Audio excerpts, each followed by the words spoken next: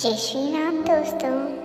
आज मैं आपके लिए कहानी लेकर आई हूँ जिसका नाम है किसान और अध्यापक। एक बार की बात है, करीब 20 साल बाद बचपन के 5 दोस्त संयोगवश किसी शहर के एक होटल में आ मिले। इस तरह मिलकर उन्हें बेहद खुशी हुई। जब वे एक साथ खाने की मेज के पास आ बैठे तो परस्पर बातें भी करते रहे। सबसे पहले विजय ने अनिल से पूछा, कहो यार, आजकल क्या कर रहे हो? तो मैं तो डॉक्टर हूँ, अपना कहो, अनिल गर्व से बोला। मैं इंजीनियर हूँ, विजय ने भी उसे गर्व से जवाब दिया। दोनों की बातें सुनकर दीपक भी घमंड से बोल उठा, यार मैं तो ऑफिस अधीक्षक हूँ। धवल भी पीछे नहीं रहा, वो अहंकार और रोब से बोला, मैं भी समाहती हूँ। बच गई नलिन। वो चुप था। चारों ने उन्हें छेड़ा, अरे यार, तुम कुछ बोल क्यों नहीं रहे हो? कहो भी क्या हो रहा है आजकल? वो नम्र स्वर में बोला, मैं किसान हूँ। सुनकर सब हंस पड़े। झूठ कहते हो। बीच में ही अपनी हंसी रोककर दीपक ने नलिन की बात काट दी। मैंने किसी से सुना है कि तुम किसी स्कूल में अध्यापक हो। सही सुना है, नलिन बोला। फिर अपने को किसान क्यों कहते हो, जबकि तुम्हारी खेती बाड़ी कभी नहीं रही है? सबने एक साथ उससे सवाल किया। किसान और अध्यापक का काम तो एक जैसा ही है, नलिन ने जवाब दिया। वह कैसे? धवल ने पूछा। स्कूल ही मेरा खेत है। वहाँ पढ़ने आने वाले बच्चों के मानसिक धरातल के अनुरूप उनमें विभिन्न किस्म के ज्ञान के बीज बोना ही मेरा कार्य है। यही बीज अंकुरित हो बड़े होकर अपनी अलग अलग किस्मों के अनुसार एक दिन डॉक्टर, इंजीनियर, अधीक्षक और समाहर्ता आदि बनते हैं। अब कहो, सही में मैं एक किसान हूँ ना? नलिन ने चारों ओर अपनी दृष्टि दौड़ाई। नलिन के तर्क पर पूर्ण जवाब ने न केवल चारों को निरुत्तर कर दिया, बल्कि पद, अधिकार और वैभव के कारण उनके मन में उठ रहे अहंकार के अंकुर को समूल नष्ट भी कर दिया। वाकई तुम सिर्फ किसान ही नहीं हो, राष्ट्र निर्माता भी हो। धवल के मुख से अनायास निकल पड़ा। अन्य तीनों ने भी इस तथ्य को स्वीकारा। सचमुच हम जैसे लोग तो तुम जैसे कुशल मालिक की बगिया के फूल है, विविध किस्मों के फूल।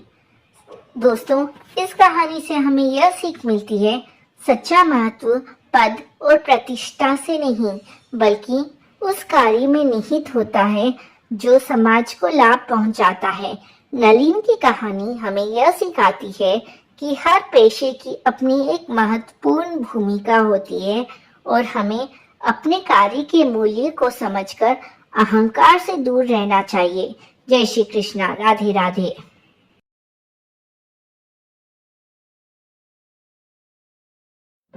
सच्चा दोस्त। एक घने जंगल में एक हिरन और खरगोश बहुत अच्छे दोस्त थे।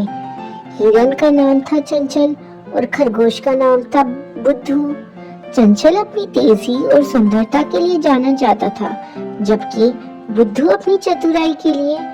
ये दोनों रोज जंगल में खेलते और एक दूसरे का साथ बहुत एंजॉय करते थे।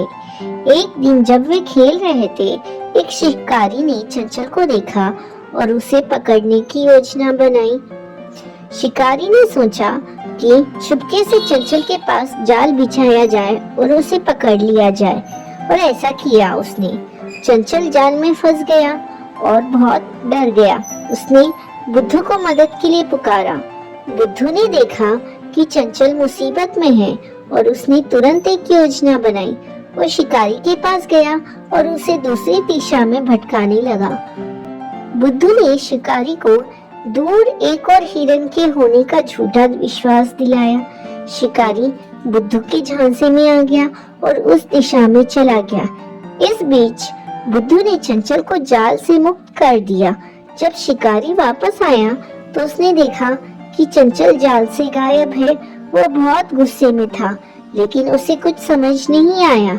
उधर चंचल और बुद्धू जंगल की गहराई में भाग गए और सुरक्षित हो गए। इस घटना के बाद चंचल और बुद्धू की दोस्ती और भी मजबूत हो गई। चंचल ने बुद्धू की चतुराई और साहस की बहुत प्रशंसा की। बुद्धू ने चंचल से कहा, दोस्ती में सबसे बड़ी बात एक दूसरे की मदद करना है और मैं हमेशा तुम्हारे साथ हूँ। बच्चों, इस कहानी से हमें यह सीखने को मिलता है कि सच्चा दोस्त वही होता है जो मुसीबत के समय आपका साथ नहीं छोड़ता और हमेशा आपकी मदद के लिए तैयार रहता है। चंचल और बुद्धू की कहानी आज भी जंगल में सच्ची दोस्ती की मिसाल के रूप में सुनाई जाती है। एक बार की बात है, किसी जंगल में एक हाथी रहा करता था। उसे अपने शरीर और अपनी ताकत का बहुत घमंड था। उसे रास्ते में जो भी जानवर मिलता वो उसे परेशान करता और डराकर भगा देता था। एक दिन वह कहीं जा रहा था। रास्ते में उसने एक पेड़ पर एक तोते को बैठा देखा और उससे अपने सामने झुकने के लिए बोला। तोते ने झुकने से मना कर दिया तो गुस्से में आकर हाथी ने वो पेड़ ही उखाड़ दिया जिस पर तोता बैठा था। तोता उड़ गया और हाथी उसे देखकर हंसने लगा। फिर एक दिन हाथी नदी के किनारे पानी पीने के लिए गया। वहीं पर चींटियों का एक छोटा सा घर था। एक चींटी बड़ी मेहनत से अपने लिए खाना इकट्ठा कर रही थी। यह देख हाथी ने पूछा कि तुम क्या कर रही हो? तो चींटी ने कहा कि बरसात का मौसम आने से पहले अपने लिए भोजन जमा कर रही हूँ ताकि बारिश का मौसम बिना किसी परेशानी से निकल जाए। यह सुनकर हाथी के मन में शरारत सूझी। उसने अपनी सूंड से पानी भरकर चींटी के ऊपर डाल दिया। पानी से चींटी का भोजन खराब हो गया और वो पूरी भीग गई।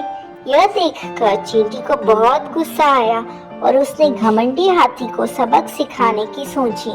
फिर एक दिन चींटी को मौका मिल ही गया कि वो हाथी को सबक सिखा सके। हाथी भोजन करके हरी घास पर सो रहा था। चींटी सोते हुए हाथी की सूंड में घुस गई और अंदर से उसे काटने लगी। जैसे ही चींटी ने हाथी को काटा, हाथी दर्द के मारे जोर जोर से रोने लगा और मदद के लिए पुकारने लगा। चींटी ने हाथी के रोने की आवाज सुनी और सूंड से बाहर निकल आई। हाथी उसे देखकर डर गया और अपने किए के लिए माफी मांगने लगा। जब चींटी को महसूस हुआ कि हाथी को अपनी गलती का एहसास हो गया है तो उसने हाथी को माफ कर दिया। हाथी अब बिल्कुल बदल गया और उसने वादा किया कि अब वो किसी को भी नहीं सताएगा और हमेशा दूसरों की भी मदद करेगा। दोस्तों, इस कहानी से हमें यह सीख मिलती है कि हमें अपनी ताकत पर कभी घमंड नहीं करना चाहिए। अपनी ताकत के जोर पर दूसरों को परेशान करने की जगह हमें उनकी मदद करनी चाहिए। एक जंगल में 3 बैल रहा करते थे। तीनों आपस में बहुत अच्छे मित्र थे। वो घास चरने के लिए जंगल में एक साथ ही जाया करते थे।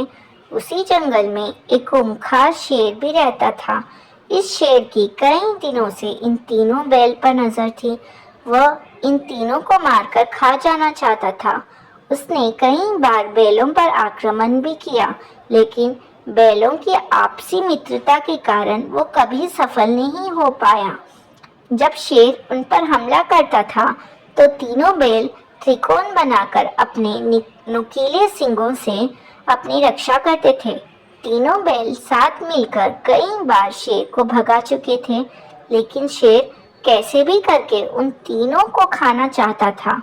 शेर यह समझ गया था कि जब तक ये तीनों साथ रहेंगे इन्हें मारा नहीं जा सकता। इसलिए उसने एक दिन इन तीनों को अलग करने के लिए एक चाल चली। शेर ने बैलों को अलग करने के लिए जंगल में एक अफवाह उड़ा दी। अफवाह यह थी कि इन तीनों बैलों में से एक बैल अपने साथियों को धोखा दे रहा है। बस फिर क्या था, बैलों के बीच इस बात को लेकर शक बैठ गया कि आखिर वो कौन है जो हमें धोखा दे रहा है। एक दिन इसी बात को लेकर तीनों बैलों में झगड़ा हो गया। शेर ने जो सोचा था वो हो गया था। अब तीनों बैल अलग अलग रहने लगे थे। उनकी दोस्ती टूट चुकी थी। अब वो अलग अलग होकर जंगल में चरने जाने लगे थे। बस शेर को इसी मौके का इंतजार था। शेर ने एक दिन उन तीनों बैलों में से एक पर हमला बोल दिया। अकेले पड़ जाने की वजह से वह बैल शेर का मुकाबला नहीं कर पाया और शेर ने उसे मार डाला। कुछ दिनों बाद शेर ने दूसरे बैल पर भी हमला कर दिया और उसे भी मारकर खा गया। अब सिर्फ एक बैल बचा था। वह समझ गया था कि शेर अब उसको भी मार डालेगा। उसके पास बचने की कोई उम्मीद नहीं थी।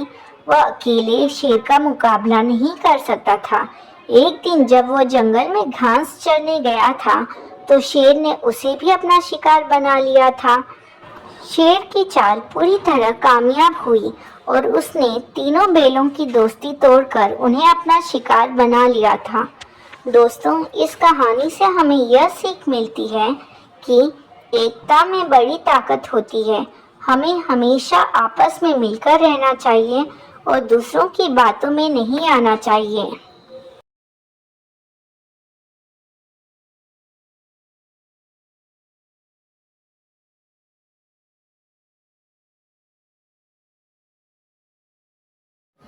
एक घने जंगल में एक पेड़ पर मुर्गा रहा करता था। वो रोज सुबह सूरज निकलने से पहले उठ जाता था। उठने के बाद वो जंगल में दाना पानी चुगने के लिए चला जाता था और शाम होने से पहले वापस लौट आता था। उसी जंगल में एक चालाक लोमड़ी भी रहती थी। वो रोज मुर्गे को देखती और सोचती, कितना बढ़िया और बड़ा मुर्गा है।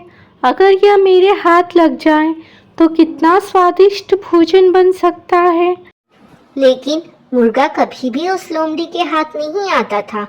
एक दिन मुर्गे को पकड़ने के लिए लोमड़ी ने एक तरकीब निकाली। वो उस पेड़ के पास गई जहाँ मुर्गा रहता था और कहने लगी, अरे ओ मुर्गे भाई, क्या तुम्हें खुशखबरी मिली? जंगल के राजा और हमारे बड़ों ने मिलकर सारे लड़ाई झगड़े खत्म कर देने का फैसला किया है। आज से कोई भी जानवर किसी दूसरे जानवर को नुकसान नहीं पहुंचाएगा। इसी बात पर आओ, नीचे आओ, हम गले लगकर एक दूसरे को बधाई दें। लोमड़ी की यह बात सुनकर मुर्गे ने मुस्कुराते हुए उसकी तरफ देखा और कहा, अरे वाह लोमड़ी बहन, ये तो बहुत अच्छी खबर है। पीछे देखो, शायद इसलिए हमसे मिलने हमारे कुछ और दोस्त भी आ रहे हैं। लोमड़ी ने हैरान होकर पूछा, दोस्त? कौन दोस्त?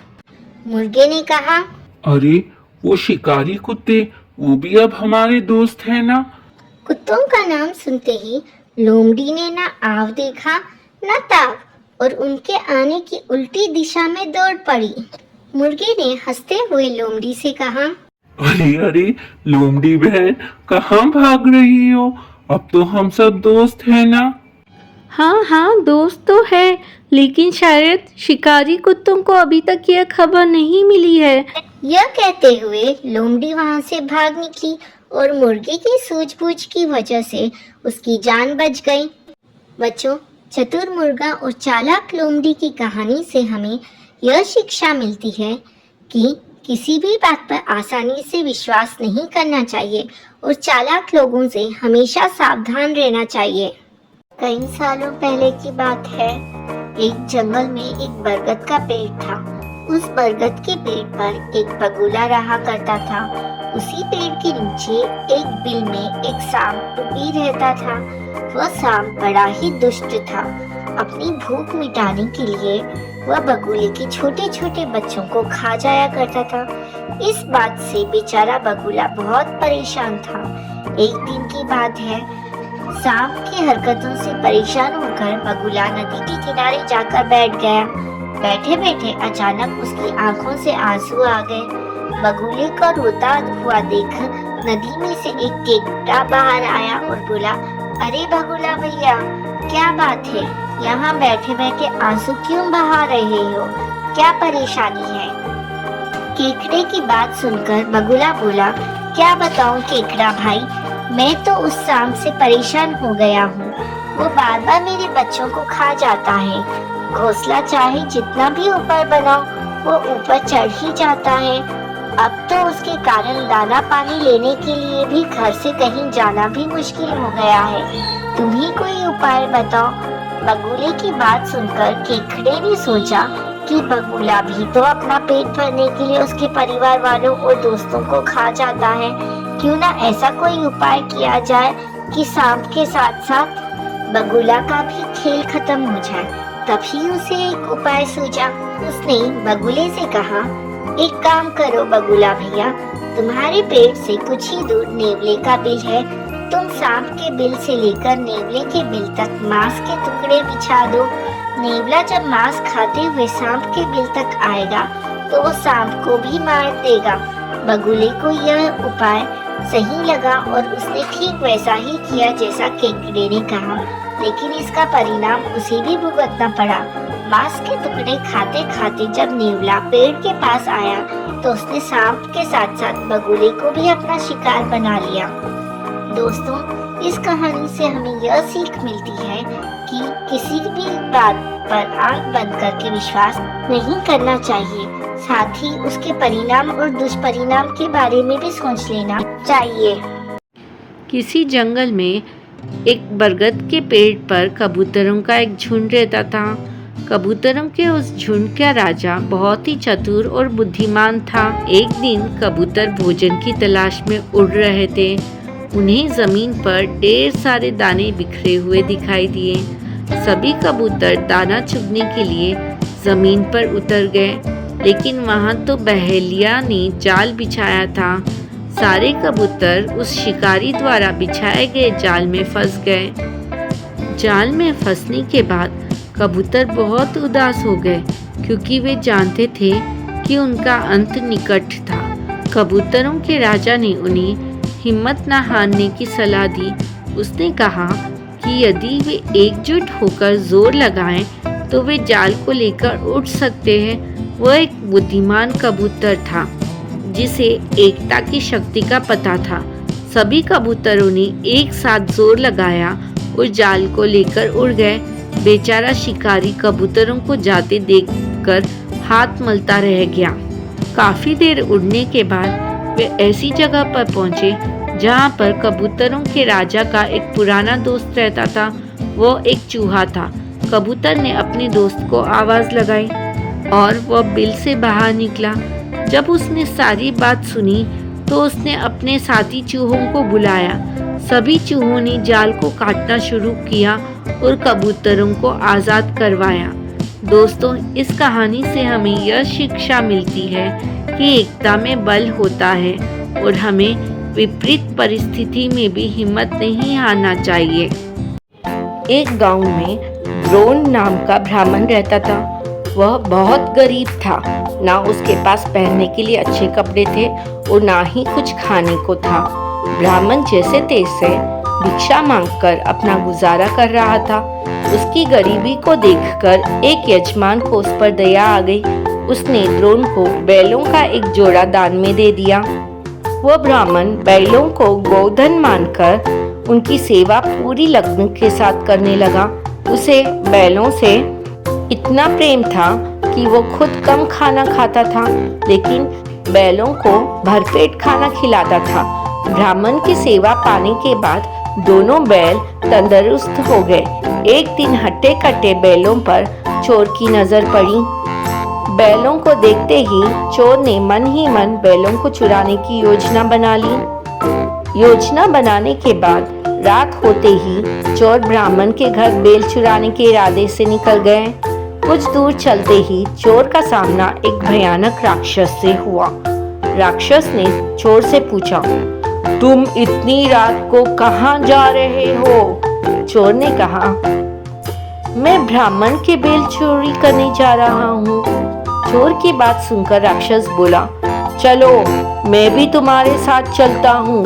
मैं कई दिनों से भूखा हूँ। मैं उस ब्राह्मण को खाकर अपनी भूख शांत करूँगा और तुम उसके बैल ले जाना। चोर के मन में हुआ कि रास्ते के लिए एक साथी भी हो जाएगा तो उसके साथ जाने में कोई बुराई नहीं है। यह सोचकर चोर अपने साथ राक्षस को साथ लेकर ब्राह्मण के घर पहुंचा। ब्राह्मण के घर पहुंचकर राक्षस बोला, पहले मैं ब्राह्मण को खा लेता हूँ, उसके बाद तुम बेल चुरा लेना। चोर ने कहा, नहीं, पहले मैं बेल चुराऊंगा, उसके बाद तुम ब्राह्मण को खाना। अगर तुम्हारे आक्रमण से ब्राह्मण जाग गया तो मैं बेल चुरा नहीं पाऊंगा।